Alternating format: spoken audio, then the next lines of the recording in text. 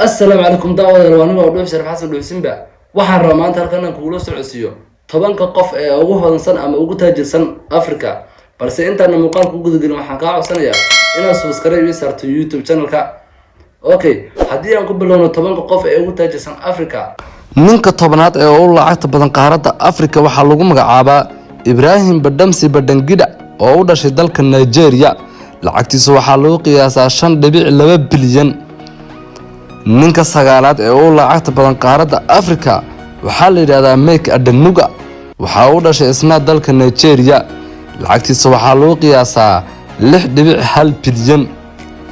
ninka sideedaad ee uu lacagta badan qaaradda Afrika waxa lagu magacaabaa Nassef Sawiris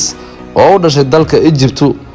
lacagtiisa waxa lagu qiyaasaa 7.1 bilyan ninka toddobaad ee uu lacagta badan qaaradda Afrika waxaa lagu magacaabaa Abdulsamad Rapio oo u dhashay dalka Nigeria lacagtiisu waxaa lagu qiyaasaa 8 bilyan ninka lixaad ee uu lacagta badan qaaradda Afrika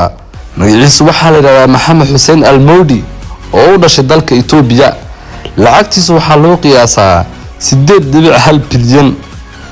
ninka shanaad ee uu lacagta badan qaaradda Afrika magaciisu waxa weeyaan Maxamed VI oo u dhashay dalka Morocco lacagtiisa waxaa lagu qiyaasaa 8.2 bilyan ninka afraad ee uu lacagta badan qaaradda Afrika magaciisa waxaa la yiraahdaa Nicky Oppenheimer and family lacagtiisa waxaa lagu qiyaasaa 8.4 bilyan waxaana u dhashay dalka South Africa ninka saddexaad ee uu lacagta badan qaaradda Afrika magaciisa waxaa la yiraahdaa Johan Ribot waxaana lacagtiisa lagu qiyaasaa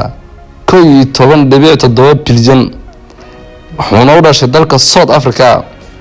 ninka labaad ee uu lacagta badan qaaradda Afrika magaciisu waxaa la yiraahdaa Yoweri Museveni wuxuuna u dhashay dalka Uganda lacagtiisa waxaa lagu qiyaasaa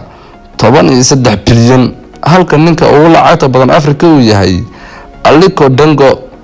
lacagtiisa waxaa lagu qiyaasaa 13.5 bilyan wuxuuna u dhashay dalka Nigeria haddaba daawada ma jeclaan lahayd inaan soo sameeyno 10 qof ee ugu taajirsan Soomaalida ama geeyga Soomaalida